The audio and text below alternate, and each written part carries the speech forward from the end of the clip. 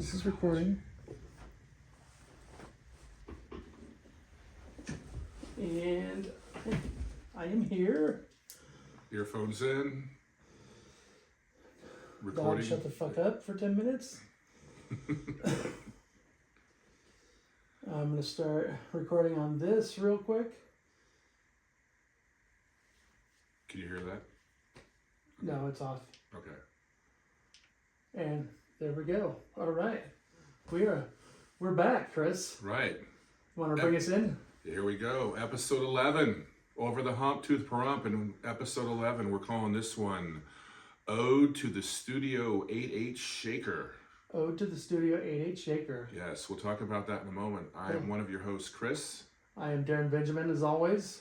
Thank you for joining us for another episode of Vegas Day Drinkers. We're growing. Sip, socialize, shine. I'm growing like width-wise, Yes. as always. I enjoy the finer things in life. Flavor, beer, alcohol. But we both grow in stature. That's right, 100%. We're going to put this one together for you guys pretty quick today. We're going to talk all things SNL 50th anniversary broadcast over the weekend. We're going to talk smokeless tobacco on a deep dive conversation of bars in Las Vegas. And I have a tobacco story myself that I'll be telling later. Absolutely. We have a few percentage numbers on Kendrick Lamar and his Super Bowl performance. New things coming to Vegas this summer, and Cheers Season 1, Episode 5, The Coach's Daughter. What says you, DB? Oh, you know, I just, you know what I was going to tell you? I went to 76. It wasn't a day drinking expedition, but it was a nighttime one. Oh, did you see Frank? I did. I saw Frank. I went out there to see a friend that works at Aliante, so Okay. I just popped in there, had a couple drinks, and had some food. I'm going to say the food was excellent. This is the one by Aliante, right? The only one right now, yeah. No, there's two. Oh, is there two? This is number 2. The first one's on, I want to say, Losi and... So a little context, 76 is a bar that's opened by Station Casinos. They're getting to the local market, so, you know, the 15 machines, bar / restaurant. And it wasn't bad. Yeah, Like, one of the our food was good. One of our backing structures is we both work for an independent pub, McMullen's Irish Pub, and obviously we'll probably mention that more often than not. But as those seemingly go away, the big boys get into the local gaming. Terrible Herbs jumped on board a couple years ago with their whiskey brand. Now Station is doing the 76 brand, which is, do you know why they're called 76? I have no idea. Is that the first PTs? Well, Or Station Casinos? Yes, 1976 is when they incorporated. It's kind of like it's kind of like a dual meaning. It could mean 1776, you know, patriotic, whatever, and 1976, obviously. And that was what, Palace Station? I believe so. Palace. Yeah, I don't have the lineage in front of me. That oyster bar, if you've never been to Palace Station, or if you're like a traveler, it's world famous. Like, there's a line, there always has been since I moved here. This kind of got brought up in another conversation I was having earlier. So this particular 76 that you visited Frank at, is it a standalone building or is it in a strip mall? Yeah, it's your typical, you know, bar. They have the 15-seat bar, and then there's a separate dining area. No, but I mean when you walk up yeah. to it, Yeah. it's So, its own building. It's right next to a gas station, like so many of them are. Because Yeah. the first one's at the end of a strip mall, so I just didn't know if they had a unique build-out plan or if they're just kind of finding space where it's allotted. Yeah, so Frank, our buddy, he is working graveyard now, so if you ever want to see Frank, pop on by. He's an interesting cat. He is. He's a character. And he's got a dog. He's got a French bulldog that is a character all his own. Yes. Much like your characters at your house. Yes. Shout out to Kate, Stella, and Coco. Shake your money maker. Are you still doing those the canine comedy? Oh, the Coco dad jokes. Not as much. I'm still sitting on a database of some of that stuff, but it's been kind of hectic lately. If you're on the socials, TikTok specifically, Calm Canine Coco. Coco makes some pretty funny jokes in a terrible Irish accent. Which is, of course, is the reason. You watched the whole thing of SNL 50th anniversary this past weekend. I've only seen segments. Yeah, it's great. But I feel like I can talk about most of it. But if you want to lead in with some of what you thought. I thought it was hilarious, and I thought the 40th was maybe a little bit better. In what way? But just a little bit more funnier moments. I think, but they brought a lot of great hits back, basically, like Debbie Downer and like what's the one with the where they yell at the inmates. Oh, Scared Straight. Scared Straight, yes. That was, and that was the funniest skit, I believe. I mean, between the divided between the cornrows and the as to be fro of Eddie Murphy. Yeah, William Mays Hayes don't do anything halfway, and his hair's half done. Yeah. And then you have the talent of that episode. I mean, you have a Will Ferrell, you have Jason Sudeikis, you have Eddie Murphy, of course, right, and Keenan Thomas. I mean, come on, it was ridiculous. That I reached out to some of the friends in the program, and that was written by Colin Jost and Keenan Thompson. So, as my friend said, he was merely just a vessel. And then I was already enjoying the bit, the sketch, if you will. And then when Ferrell came out in that entrance of a garb of whatever he was wearing, Big Red. Yeah. Oh man, like I don't know if I ever want his nuts in my face like he got up in there. And why it's just even more serendipitous that he comes out with a spit cup, because one of our other deep dives in like Vegas bar lore, local bar lore today is going to be about actually chewless tobacco or smokeless tobacco, chewing spit cups and all that. That will be my tale of the day. That was just all the more just kind of things circling in my head made me laugh. Did you watch the Eddie Murphy the Black Jeopardy skit? I did. Yeah, was that him playing Tracy Morgan? Hilarious. Eddie Murphy. Yeah, Tracy Morgan, then Leslie, they're all kind of breaking as Eddie Murphy. I don't know if he was like ad-libbing a bit, Yeah. And I mean, at this point, are you going to tell Lorne Michaels, you're not supposed to break from what the script is, and that's kind of been an understatement of the whole 50 years. But Yeah. I think for the anniversary, there's a couple of things that went off kilter. So I mean, like, what are you gonna say to to Eddie Murphy? Like, no, don't do that. Like, we won't have you back. Like, he's how old is he now? Oh, he's got 70? Mid to late 60s. Yeah. Yeah. So I mean, he don't give a crap. Right. Do whatever you want. Right. Another one. I was having this conversation, and generationally speaking, and I posted that on the Vegas bartenders and servers page. If who and when watched the SNL50th, and obviously there's always the diverse of like it's not been the same since 1975. And of course, I get sick of that argument because a lot of people get angry and have been angry because they say, oh, it's overtly political. But the show's always been political. Like I think the first season they made fun of Gerald Ford. Right. And the point is that you can hopefully laugh at yourself, and that's what a lot of these people have done. Unfortunately, some people just can't laugh at themselves, and that's unfortunate. But comedy's always been political in nature, and it always will be. Right, and the whole show started as the anti-culture to the culture, right? Yeah, so exactly. It was supposed to be subversive and maybe a little bit left of center, right of center of the line. The host, they were supposed to. I mean, George Carlin was originally supposed to be like the host of the show for the first season at least, and then it kind of changed and then started being celebrity guests. Right. But George Carlin was super controversial and like very funny. I did watch another one of the segments on YouTube this morning was Alien Encounter. I forget what the bit was called, but it was with Kate McKinnon. Oh yeah. Meryl Streep came out. Yeah. And had Woody Harrelson, who was Yeah. probably not really acting at that point because he was high. Who knows? Have you ever seen his skit, the colonoscopy one? You shared that with me. Yes, that one is hilarious. It is very funny. But I mean, generationally speaking, I think, I was having this conversation with somebody the other day. I think Kate McKinnon hits all the points as far as one of the best female. She's funny. And that Mrs. Rafferty bit and the rhyme phrasings they do, like she's just sitting there with her lady business hanging out, and using whatever wordplay she could use. I think one of the things she said, I just scribbled down, was the vagity is a tragedy when she was abducted by the aliens for the 5th time. That's crazy. And then Meryl Streep seemed to be having fun too. Who was your favorite through the years, female, not ready for primetime players? I really liked that skit with Kate McKinnon. The one of the, I think the original one with Ryan Gosling. Gosling, yeah. Yeah. No, that was pretty good too. Hold on, sorry, this is not even recording. The whole thing? The whole thing, yeah. I don't know why. That's recording though, so at least we're gonna have that audio. Okay. Wow. Hold on just a second. We're gonna go off script for a second here. As we add elements of technology, we are in fact disciples to it. That's crazy.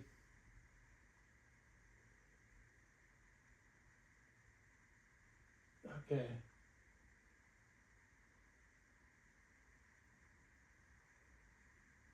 I don't know what's going on. Hey, we'll just play it. We'll just pull it together. Whatever. Anyway, continue. Are we listening to ourselves now? It's now recording, Okay. I believe. Sorry, No. little hiccups here and there. When we eventually post this on YouTube, I'm sorry also. Yeah. Well, at least the whole thing will be on YouTube, right? Yeah, we're gonna make clips and everything, get fancy. Yeah.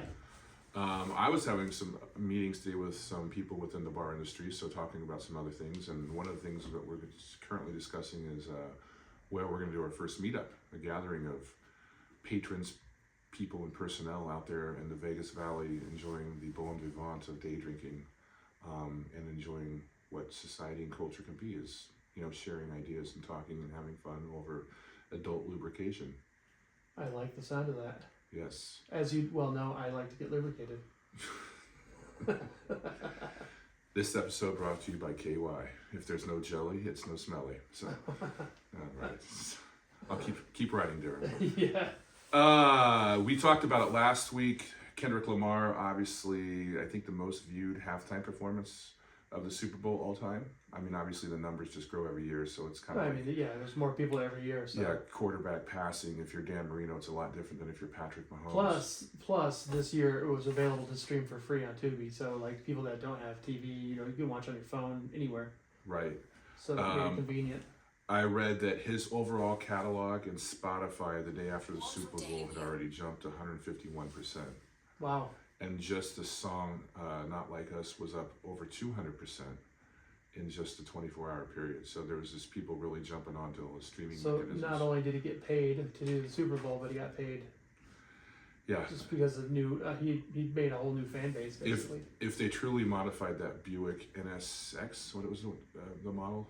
Grand National to help out the dancers from coming out of the side door in the trunk. I'm sure they came from the floor. Yeah, they got a hole in the bottom of it. Yeah, I'm sure he paid for another one quite quickly. But yeah, again, we talked about that last week. An interesting song. I've listened to it a few more times. You know, I'm trying to understand the mechanism, like I talked about last week. You know, if it makes you go out, not that there's record stores anymore, but makes you kind of like, you know, look internally to investigate your own ideas and maybe turn on to some new ones. Mm-hmm. Well, then he's done his job. Exactly. Yeah. Exactly. Hey, did you see a couple days ago up in Mesquite that the Megabucks hit? Oh no! How much? 12.5. Wow. On a $5 wager. Hey, good for them. No, absolutely. So just mad it's not me. Well, I mean, anyone listening who aren't. You know what I've always said. You're either lucky in love or cards. Or I didn't come up with that, but you're either lucky in love or cards. And apparently, I'm not lucky in love. So I'm trying to be lucky in cards. Did you drive down to 15 or up to 15 to go up to 76 last night, or did you take the long way around? No, it was during traffic, so I went all the way around on the 215. Yeah. Obviously, the Area 15 project with Universal build out, they made an announcement today that in August, I want to say mid-August, Universal is going to do 4 horror houses called Universal Horror Unleashed. Sounds scary. 4 different themes: Universal Monsters, Texas Chainsaw, Scarecrow, and for you, Linda Blair Flans, The Exorcist. It sounded like you said Linda Blair Flans. Flans. Like, what would that entail? Like, remember the scene in Exorcist where she's like spinning and throwing up everywhere? Yeah, if you go to an Asian diner, do you like flan? But no, I like Blair Flans. How long? Speaking of throwing up, how long has it been since you actually had an episode like? I remember drinking a lot of like strawberry daiquiris one night about 10 years ago. And that I went to William Peter Blatty? Yeah. I mean, I'm sad to say it's been a while, so that's probably not good. Yeah. You know, I think it was more so I was like the next morning I woke, probably 7-8 years ago. Oh. Yeah. That's not bad. So I mean again, what you and I can consume is probably not healthy, but I don't put myself to the point of just complete, Yeah, you know, Non as recognition. we age, we get wiser. Yeah. Is that a bottle of water? I should, I should probably drink that. I should probably drink that too. What were you saying about Canada before we went on the record? Oh, so USA Canada. That's right. That's right. This will be posted today or tomorrow, so the Yeah. game it'll be played today probably when you hear this. The Four Nations. And it's a new hockey thing. I'm not a huge sports fan. You know, you might know more about it, but I'm excited because what happened in the last game. Yeah. You know, there was a couple brawls, and I heard there was a little shit talking going on. So, Sure. you know, there's a little tension between the USA and Canada right now that you may know. I mean, I'm more of a sports guy, and I watched my Jayhawks in basketball last night just get thumped by BYU, and I just think it's going to be a short season in March Madness for the Jayhawks. Unless they find the magic red slippers from Dorothy that she passed along the way. It's not going to be a big dance for too long for these boys. Continuing along the Canadian tradition, I saw some of our Canadian brethren posted some pictures on the Facebook group. Really? Yeah, Peter and I think Steve K did one with his the Bloody Caesar, which I guess is one of the national drinks of our northern Canada. friends. Oh yeah. So I learned how to bartend at the Keg, which is at the young age of 21. Okay. That's a funny story. I'll have to tell that one day. But yeah, the Keg is a Canadian-owned steakhouse, and one of their main drinks is the Caesar. We used to make it with, obviously with Clamato, and we would use some Dimitri's, Okay. which is a Bloody Mary seasoning mix. But when I used to make them there, we used to throw a shrimp in there, and an olive, and a lime, or lemon, as the accompaniments. Or the kitchen sink. Yes. Going back around to SNL for a second, did you notice anybody of substantial nature that was not in the episode or the anniversary special? What do you mean, like in the audience? Well, some of the feature players, repertory players, not ready for prime time players. Well, obviously Dan Aykroyd wasn't there. Yeah. And then Chevy Chase showed up at the very end. But Yeah.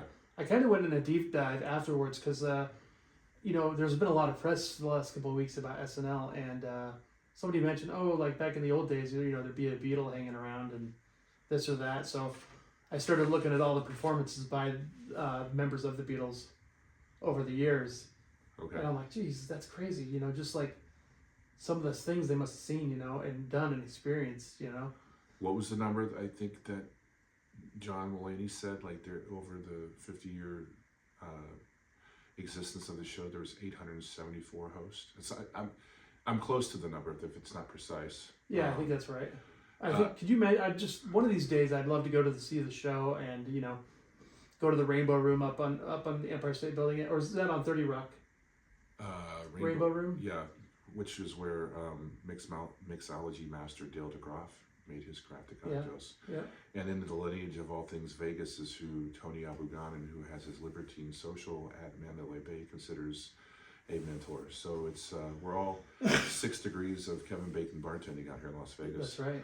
I won't go too far into this, but as it's in the zeitgeist of the culture right now, everyone is talking about SNL, and as I catch up to it, I've had the opportunity to go to Studio 8H a couple times. Nice. I have a friend that worked on the program. If you are close enough to know each of us, we know who that is. We'll bring that out a later time. But I had a friend that almost worked at SNL, but unfortunately somebody else got the job. True statement. So the first time I went, there was kind of a standing agreement. If you two played, we would make measures to make it happen. So yeah, that's a pretty good thing to have, an agreement. Not too bad. An arrangement. Yeah. On a gentleman's handshake. I love that. And a text message. I love that. And a red-eye ticket. First time, Rafa went with me. Those of you that listen to the podcast know that he was my brother in arms, and we've done a lot of stupid shit together over the years. We did take a red-eye flight and walk the whole of Manhattan, all of Saturday before the show, and we're completely exhausted. But the payback was well worth it, I'm sure. Well worth it. Standing on the back wall next to Luke Wilson and Conan O'Brien, and just grown men, like all looking like happy children watching you two perform 25 feet from you. The next time, it was a little bit more, abrupt, and it was just get here however you can. Jason was living now in Greenwich Village, so there was more time to spend with him independently because there was some other stuff going on within the show. It was the premiere episode of the season. I will say this, and I've said it, and I've said it to you. I walked the approximate 30 blocks from his apartment, his 30 Rock Studio 8H. I put on my headphones and I listened to If You Go Crazy, You Won't Go Crazy Tonight by U2. Wow. And to this day, 50 years on, it's still the hottest ticket in town. And you can say what you want, generationally speaking, if it hasn't been the same since the 70s, the 80s, or the 90s, there is still a fucking energy in that city when SNL's on. Heck yeah, that's great. Yes. And I said, I'm very fucking jealous. Yeah, well, it's not meant to be jealous. It's just meant to be, we appreciate what we have. You've had other opportunities too with other things I'm sure Yeah. we'll talk about eventually. Yeah, of course. Dana Carvey also wasn't there. Yeah, I had a very bad episode of The Flu from my deep dive understanding. Bill Hader had previous commitments he could not get out of. Okay. Colin Quinn and Dennis Miller also not there. So Oh, gotcha. kind of like moot on what Dennis Miller was doing or not doing. Colin Quinn had, I believe, a comedy engagement up at one of the casinos in the Northeast. So just kind of reading the Variety magazine. Yeah. There must have been some serious libation going on afterwards. Oh, well, speaking of that, and the namesake of this episode is the 8H Shaker. I think it was Bill Murray that said back in the 70s and 80s, come Tuesday or Wednesday when you weren't feeling so hot, be it you were exhausted or sick or any one of the reasons that you know, if you've ever watched SNL extensively, you know that, you know, it's manic when you're in the week. You know, it's just, you don't really go home, you just stay in the building, write, cut, shoot. But an 8H Shaker, for those of you in the know, was a mix of cocaine, Quaaludes, and nighttime Theraflu. Wow. Yeah. That sounds devastating. And you wonder why John Belushi's I've there. always wanted to do a Quaalude, Yeah. just because you can't get them anymore. And it just doesn't happen. What was the film with Jonah Hill and Leonardo? Where the Wolf of Wall Street. Wolf of Wall Street. Yeah. Where, yeah, that was pretty funny. I mean, I had a moment like that once, but my friend Dave McFall bailed me out. were you that a was- wolf or were you on Wall Street? I was more of a woof, not a wolf. Not a pretty girl walking by, woof, but a wolf. Yeah, no, definitely a woof. Okay. So I want to get to my little tale. Oh yeah, well let's talk about, before we got to the tale, full circle, so I posted on the page a question because it derived from, I went into a local bar, a buddy of mine that gambles quite a bit of money was told that he could not spit there. Now they had a spit cup, he hasn't drank alcohol or smoked in a year. That was his Lent promise to himself, and he's maintained that, and good for him. But he does do the Zens, and I've never had a personal problem. I'll give you a plastic cup, a styrofoam cup with a napkin in it, because it's not smoking. I know it can be considered gross, but I've just kind of, Yeah. you know, we're not working in fine dining establishments. Yeah, just gambling. I mean, it's just it's a thing. You know, people like to smoke, they like to chew, they like to smoke cigars, they like to do cocaine for that matter. And the answers were pretty divisive. I would have thought like that potentially somebody that plays a fair amount of Keno or video poker that can make one's night within the gaming bar industry out here, you would just be like, all right, it's the matter of doing business. I had a level where I would not allow, like the vapes. Okay. They would have, they have like the cigarette vapes, but then they had the hookah vapes. Yeah. And when those came out, I would be like, no, absolutely not. Go do that outside, because these kids would be in there doing 4 or 5 rips, and the whole bar would be foggy, and it'd smell like Fruit Loops. Yeah. So I was like, absolutely not. I mean, this is all derivative of the 2007 or 8 Nevada Indoor Clean Air Act, which was obviously just a mechanism for the casinos to try and get the little guy out of the. Well, I mean, it's federal law. You're not allowed to smoke it. I don't know why Las Vegas is any different, but because we're rebels. well, it's because of health is what it is. Of course, right. It's kind of funny because speaking of smoking, SNL, I don't remember who it was. Somebody came out with a lit cigarette. I think it was McKinnon. Maybe, I don't know, Yeah. but no, it wasn't her. She had a fake one. Oh, okay. But somebody did, and Dave Chappelle does that at all his shows. He smokes. Yeah. And I'm like, why does this guy think he's special? Like you're not allowed to smoke in these buildings, but sets a really bad precedent, I think. But if he can do it, why can't I do it? So Well, and that was the auspice all those years ago when there was a lawsuit, because basically it was, it was a bill that was being passed. It was obviously, it was transparent that the casinos were just, they had over 20 or 30 years had seen more and more of these local bars come up, and these 15 machines, these 15 machines, these 15 machines. yeah. And now it's not people going to the big casinos because they're just staying in the neighborhoods. And obviously it was affecting their business model to a certain degree, and they're like, let's put a stopgap on this. Well, I mean, look at Park MGM. They're Yeah. a completely smoke-free casino, and their sales are doing very well. Yeah, I mean, I don't smoke. I've never smoked. You Yeah. have smoked. Back in the, yeah, b- No, back in the day. no major reveal there. No. It's a terrible habit, and I did it when I was younger, and then you get some health issues, and you're like, oh, this is probably not the best idea. Well, my cough is it's a lifetime thing. I was a premature baby. I had asthma. I had lots of underdeveloped lungs. I've always had it my whole life. So it's funny. Some people get offended by it, or Yeah. they like constantly ask me if I'm okay, and I'm like, no, that's just how I am, my whole life. Darren, what's your favorite 90s rock band? Poison. Is it Weezer? Weezer. All right. That's funny. Tell your story about the Spit Cup. All right, so I just it's just nobody likes to spit cup, but we allow it or whatever. So one night at McMullen's, we had this corner of the bar. It was there was 4 machines, so it was between 4 and 5, and there was one of the pillars, the beer. What are those things called? Where all the beer taps are. Anyway, there's all the beer taps are right there, so you can't reach over the bar. So this guy's gambling, and he's probably in like $3,000 or $4,000, and he loses all his money. There for probably 3-4 hours, 5 hours maybe, and he had been chewing, so he had the spit cup, and the spit cup, mind you, is a clear plastic 20-ounce cup, and there was a couple napkins in there, and this guy had chewed and spit so much that this cup was completely full to the top of brown spit from tobacco, and he had left it just out of reach, so I couldn't reach it. So I was like, okay, that's disgusting. I'm not gonna touch that. So I got a glove and a couple napkins and a towel, and I brought a trash can over, because I was like, okay, I'm just gonna pick this up, drop it right in, and I brought everything over, and I had the gloves on, and I had the towel, and I put it over it, and I grabbed it, and I don't know what the hell happened, but it slipped. And 20 freaking ounces of saliva and chewing tobacco and it sopped up napkins went all over the bar, all over the floor. It was so disgusting. When you have that moment where you smell something that's so terrible, it wasn't the smell, but just the fact that it was all over the bar, I started immediately doing that, and so I ended up getting a whole bunch of bleach, water, spray bottle, mop, and just went to town and had to clean it all up.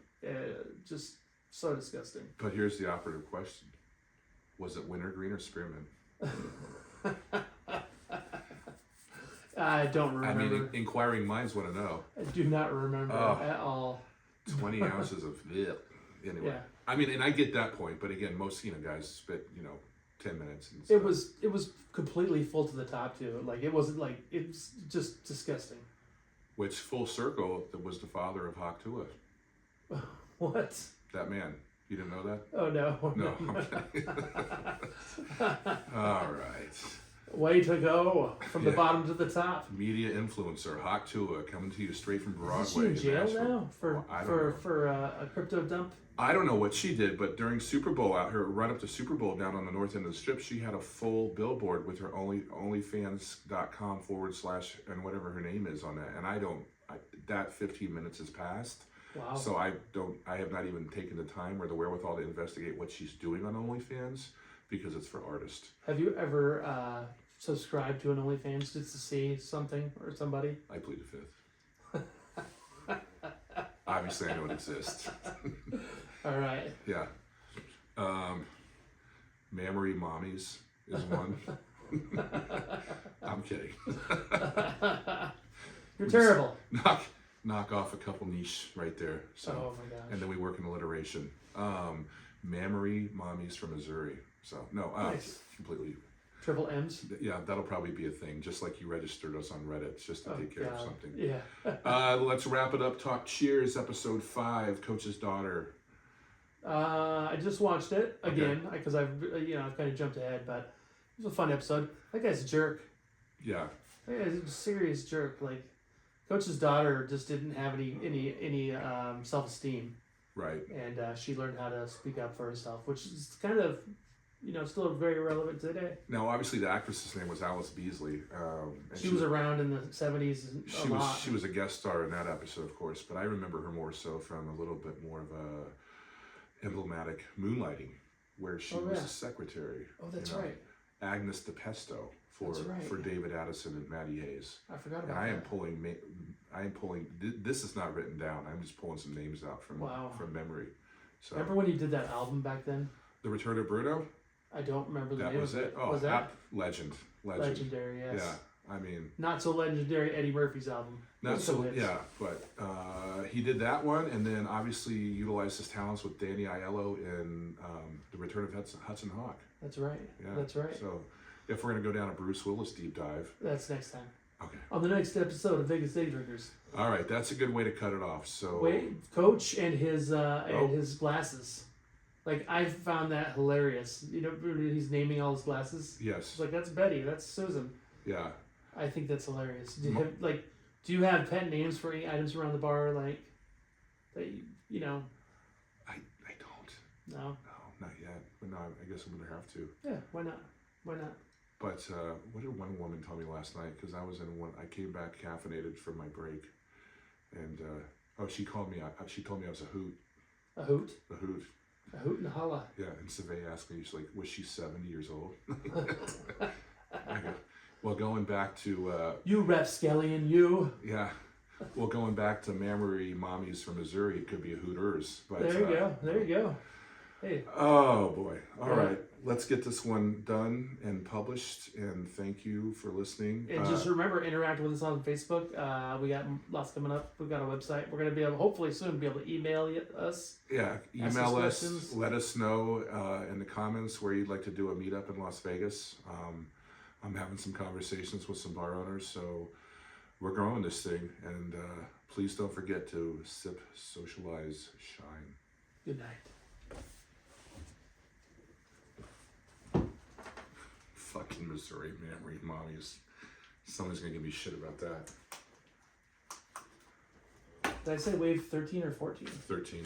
14. Sorry, it's 14. Okay. Whew. I don't know what the heck is going on.